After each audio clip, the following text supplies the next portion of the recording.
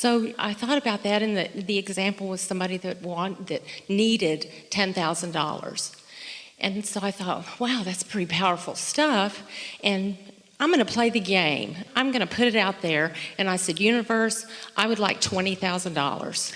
Just like blue glass butterflies and... Yeah, and I didn't really think about it that much after that. I just thought, I really would like to have $20,000 to play with. And every now and then I would think, well, that would be kind of fun. When I get my $20,000, I'm going to do this. But the path to it was hilarious. I get a letter 2 weeks later, I swear, 2 weeks later, I get a letter in the mail that says, hello, you worked for us 20 years ago, and you have money in a pension plan.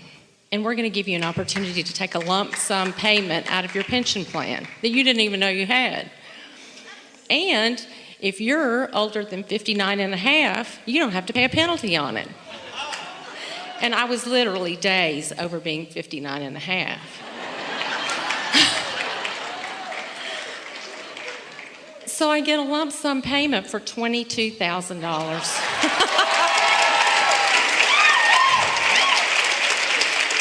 And it was no effort. And I had a blast with the way the whole thing evolved. When I got the money, that was fun too. But it was still, the whole way that the thing evolved was hilarious to me. Before you give us too much description of that, because we want to go back and get some of that, we have two more stories that we want to tell you that are sort of kind of like that were told to us in the same seminar a few weeks ago. So a woman said that she was wanting to come to one of these seminars and was trying to make her way there. The expense was a big of an issue for her, and so her friend arranged through an airline that she is affiliated with to get her some standby tickets. So the two girls were flying from two different cities, and they were on their way to Chicago. And when she got to the airport, she went right through the security. That part of it was really easy for her. And then when she went to get to the flight, she did not get on that flight. It was full, so she was not able to stand by and get on. So then she did not feel discouraged. She was thinking that the next one, it would happen for her, but the next flight came and she didn't get on it either. So she is still feeling optimistic and very appreciative of her friend. She calls her friend who is getting ready to board her flight in another city and said, well, I didn't get on either of these flights. Do you have any suggestions? And her friend said, well, maybe you could fly to New York and maybe there would be more flights from there to where you want to be. Why don't you ask someone? So she went to the service center and said to a new person behind the counter, do you think I could get on standby to go to New York? And then maybe I could get to where I want to go. And the woman behind the counter said, well, where do you want to go? And she said, Chicago. And the woman paused for a minute and said, well, I think I have a plane going there. Let me check for a little bit. She went out, came back. She said, yes, I can get you on this plane. So the woman was so excited that all of a sudden, here came this flight for her. And when she went down to get on the airplane, she was the only passenger on the plane. There was a flight crew, there was a pilot, there were flight attendants. She was the only passenger on the plane. And the flight attendant stood in front of her and did the safety announcement. And then the pilot came on the intercom and said, ma'am, addressed her directly. And in the same seminar, another woman said she wanted to come to the gathering, couldn't figure out where she was going to get the money, talked to her friend about it, who had introduced her to Abraham and to law of attraction. And they were being very playful about it, as you were describing yourself. And one day, several days before the event was taking place, they were taking a walk through the woods where the leaves are falling. And she looked over and she saw something sort of shining under a leaf, sort of. And she pulled it out and it was a big diamond earring. Couldn't possibly be real. It's too big to be real, but it was a $9,000 diamond. And so she had no problem making her way to the seminar. And so what we want to ask you to think about those examples and this example, and we especially want you to think about it. So what were the components? What was the mood within you? In other words, you kept using the word playful. You were being playful about it. So it wasn't urgent. In any of these stories where instant manifestation or nearly instant manifestation came about, no one was worried about how it was going to happen. And this is what we really want to say about all three of these. When you know what you want and why you want it, but you are not invested in how it's going to come, when it's going to be there, who's going to bring it, because those questions to which you don't know answers cause you to put engines on the other end of your train. If you're just asking and not doing that thing you do that contradicts your asking, it will come and it will come fast.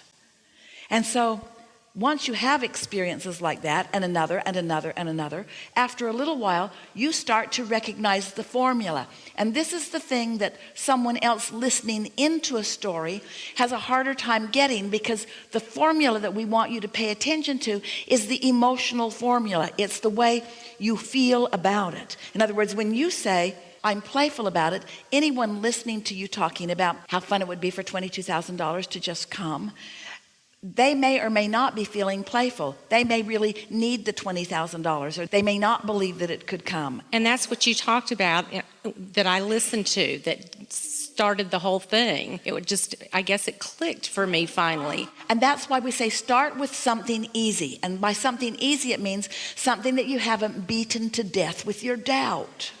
Something that you're not so wadded up in that you can't find a breakthrough. Start with easy things and let the universe show you. The universe will show you the following. The universe will show you, you are your inner being's object of attention. You have our undivided attention. And we mean that. Only you are the divider of the energy. Only you can split the energy. So we wrote a whole book about that. When you ask, it is given.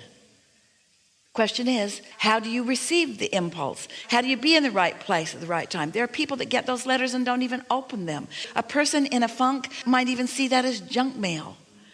There are all kinds of things that keep you from receiving what you are wanting. Well, you had talked about being kind to yourself and be easier and rest more. And I had really started doing a lot of that. I'd been really busy, but I thought, I need to take some time for me. So I'm sitting on my back porch, and we live in the country and it's beautiful. And I'm watching the birds, and I'm taking more time for myself. And in that part of my life. Are you saying to us, the most productive thing that you could possibly do in terms of getting everything that you want is to do things that feel good to you? And it's easy. It was easy. Yeah. Because this is the art of allowing, not the art of making it happen. This is the law of attraction, not the law of assertion.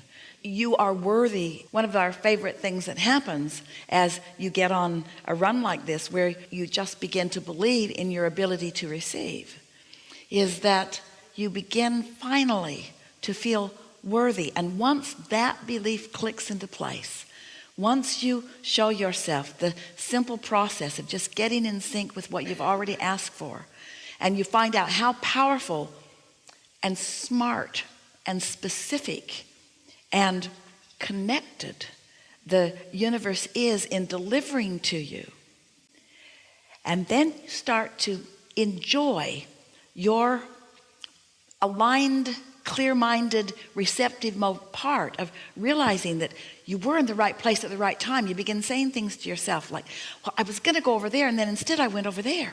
Esther came down this morning. She likes to sit and sort of meditate and relax and make sure that she's where she needs to be and that her microphone is connecting with the system and so forth. And she usually gets here 20 minutes before start time, because that's just about the right amount of time for her to get into that rhythm. And this morning she felt the impulse to come down at 25 after instead of 20 minutes before.